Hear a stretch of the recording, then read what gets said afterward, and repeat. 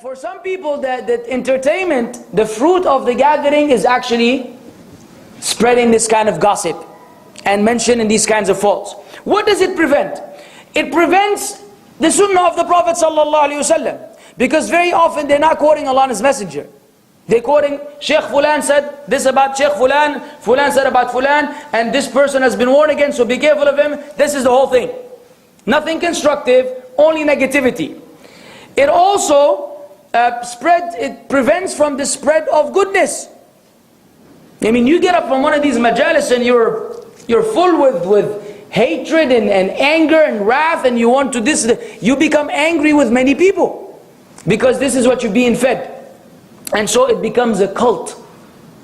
And this is really the culture of cult.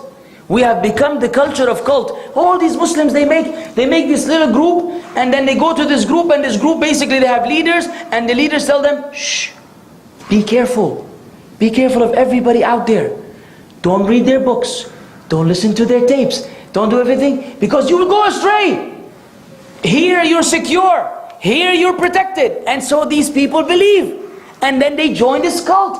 And then the more they adhere to this, the more righteous they seem in the eyes of the other cult members. Oh, Fulan, strong adherent to our group, brother. So he's given a title, he becomes his Shaykh al-Shuyukh, Allama. He becomes a Allama.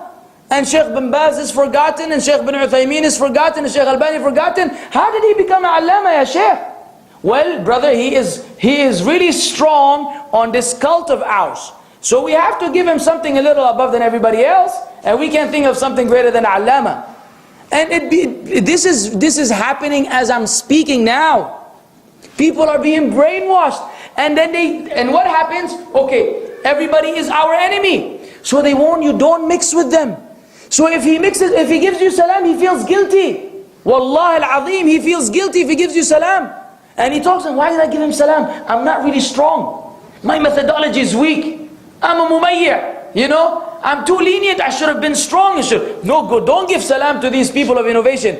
And the person whom he's running away from is someone who believes the same belief system as him and the same everything. They're the same thing. But that guy failed to join the cult.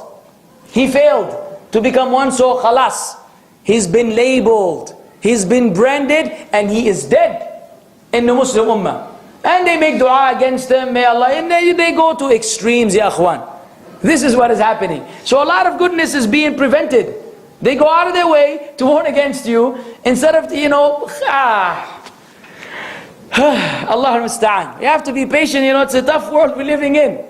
Everywhere you go, it's just, we just ask Allah to keep us firm until we die. That's the only thing we have to hold on to, because only Allah defends us. Inna Allah yudafi'u 'anil ladhina amanu. Allah defends the believers. People will not defend you. People are with you one day, against you the next minute, not the next day. You say one thing that they don't like, and you are done, brother. That goes for speakers, du'at, lecturers, scholars, everybody. Everybody, because people follow their desires. Either you meet their desires, or they will disqualify you. So you have to be patient if you're involved in da'wah. This kind of stuff prevents enjoining what is good, forbidding what is evil. It prevents forbidding what is good and enjoining what is good, afwan, and forbidding what is evil. Because they're too busy with only picking on people's faults.